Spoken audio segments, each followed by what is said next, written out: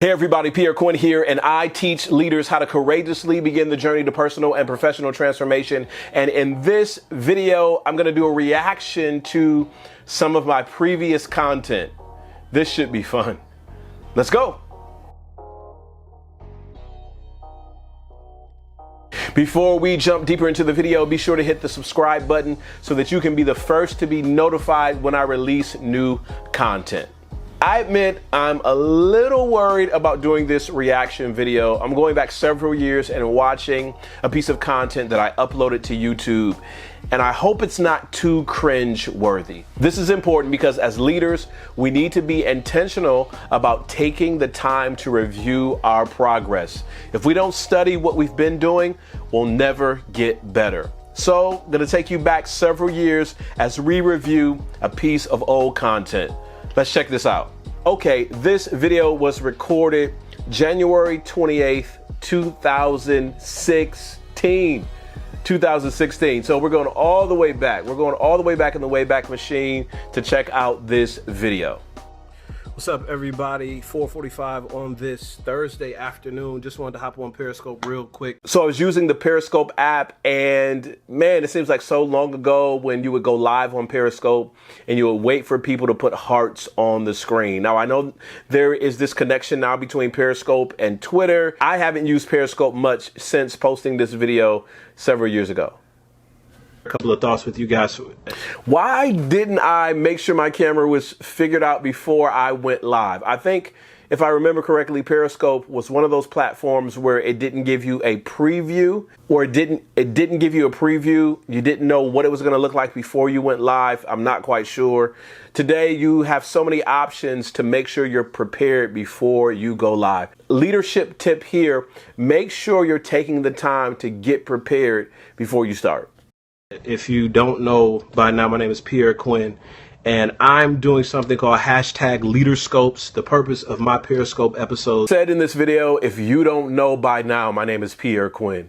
Like, what was I expecting? Didn't have a huge platform. Most people had no idea who I was. That's why when I record videos today, I always start with saying what my name is. That's very, very important.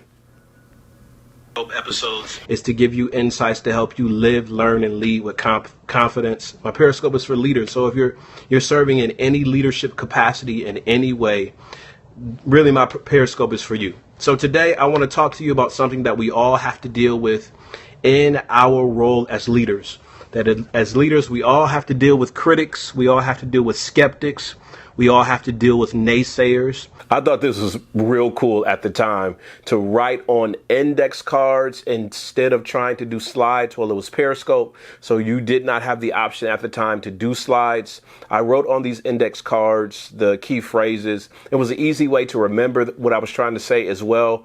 But why was I covering my face? I mean, what was the value of covering my face in this presentation? Why didn't I just put the card to the side? I don't know. We all have to deal with people who, for some reason or another, will not like us, will not like the position that's been given to us, will not like the privilege that's been afforded to us. And you'll have to deal oftentimes with people who criticize your work. There was a lot of time spent talking with the card in front of my face. That was really, really distracting. With people who look at you and say, man, how did you get that opportunity? How did you get that chance? And a lot of times they're really just jealous of you having an opportunity that they don't have. So today we're going to talk about how do we deal with critics, how do we deal with skeptics, how do we deal with naysayers, and we're only going to take a few minutes to do that. So if you're watching today, be sure to share in front of my face. Share this Periscope with somebody because it's really going to impact their leadership. So I want to talk to you today, guys, about somebody named Kristaps Porzingis. And you might have never seen this name before. Thanks for joining us, Bubbles. You might have never seen this name before, Kristaps Porzingis. But Kristaps Porzingis was the #4 pick in the 2015 NBA draft. He was picked number 4 by the New York Knicks. Now, I remember watching on draft night, sitting there on the TV watching the NBA draft. I watch it just about every year. And when they called this guy's name, when they called Kristaps Porzingis from Latvia, when they called his name, people booed and booed and booed. There's even a YouTube video of a kid with a Knicks jersey crying and shaking his head, confused, because he's trying to figure out how could they pick Kristaps Porzingis. How could they pick him number 4 in the NBA draft? The NBA has this sort of tradition of picking players from Europe who are taller players, who look good on film, who look good in a workout, but when they get in the game, they don't do very well. I'm from the Detroit area, and we picked a couple of years ago, the Detroit Pistons picked Darko Milicic, and everybody thought, man, he looks great on tape. He's going to be an excellent player in the NBA, but he didn't turn out so well, and he's not in the NBA today. So when they call Kristaps Porzingis, and everybody started booing, and Twitter just blew up, sports commentators and analysts says, man, this guy's going to be a bust. This guy's going to be a dud. There's no way that this guy is going to make a strong contribution to the NBA. And people were just, especially in New York, people were just going crazy about how this was a horrible pick, about how Phil Jackson made a terrible choice. And for weeks on end, Kristaps was dealing with critics. He was dealing with skeptics. He was dealing with naysayers. But it's interesting if you look at what he did. He didn't launch a social media assault asking people to give him a chance. He didn't attack. He didn't lash back on Twitter saying, you've never seen me play in real life. You can't even pronounce my name. You don't know where I'm from. You don't know anything about me. Just give me a chance. Kristaps did not do that at all. The only thing that he did was work on his game and talk about his excitement for playing for the Knicks. The only thing that he did after they drafted him. This was a good point. I think we miss that a lot of times as leaders. We pay so much attention to the critics and naysayers that actually distracts us from our focus. So I love that about Porzingis, that he worked on his game, that he focused and he wasn't distracted. Now, in this video, I'm trying to figure out why I have this sweater on. Maybe I thought wearing the sweater was cool at the time, but man, this was, why did I have that sweater on? Even the only thing that he did was continue to work on his game and say how fortunate and blessed that he was to play in the NBA. Continue to work on his game, and say how fortunate and blessed he was to play in the NBA. And you know, some people, they put the cameras in and watched a couple of practices and said, we're not quite convinced, but he looks good in practice. Let's see how he looks in a real game. And then the preseason games rolled around, and he held his own against some NBA stars, and he was making strong contributions to the team. And people say, oh, well, I'm not convinced yet. That's just the preseason. Let's see how this guy turns out in an NBA game. And game after game after game, Kristaps Porzingis showed up and made strong contributions to the New York Knicks. Now people are turning their responses around, and they're saying, oh, well, maybe I was wrong about Kristaps. Maybe I was wrong. Maybe we should give him a chance. Maybe he'll make a strong contribution to the team. And that's what I like to call the Porzingis effect.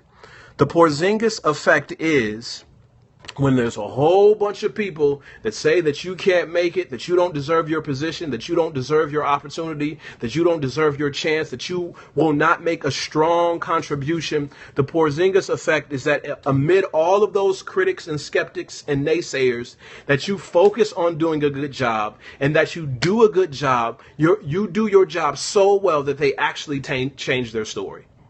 Yeah, that's what the Porzingis effect is, simply that amidst the skeptics and critics and naysayers who said you can't do it and you won't do well, and sometimes who are jealous about your position, you work toward letting your work speak for itself. My work is going to speak for me. I don't have to defend anytime somebody says something negative about me. Anytime someone says that I shouldn't be here, I shouldn't have this chance, I shouldn't have this opportunity. I don't have to defend myself. I don't have to go crazy on social media. I don't have to post all types of obnoxious things or berating things, telling people that they don't know me or where I'm from or what I'm about. I don't have to do that. The only thing that I need to concentrate on doing, and Kristaps Porzingis shows this to us, the only thing that I need to concentrate on doing is letting my work speak for itself. I don't know in what capacity that you're leading or that you're thinking about leading. I don't know what opportunities that have been afforded to you. I don't know what critics or skeptics or naysayers that you have to deal with. I don't know what social media trolls are bothering you. The only thing I know is that the best thing for you to do is not to focus so much on your critics, but to focus on letting your work speak for yourself. And the Porzingis effect says that once people see how great a job that you're doing, how effective you are, how right the people who picked you and gave you the chance were, and putting that before you, once people see that, they're going to change their tune. And in the end, let's be honest, they might not like you in the end. They still might not like you in the end. But at the very least, they got to respect your work. So I want to challenge you that when you're dealing with critics, when you're dealing with skeptics, when you're dealing with naysayers, focus on letting your work speak for itself. Until next time, this has been Leader Scopes. See you guys later. Okay, so overall, watching that video wasn't too bad. I think I practiced several times before I went live on Periscope to record it. But sometimes it's difficult to go back and watch how far you've made progress.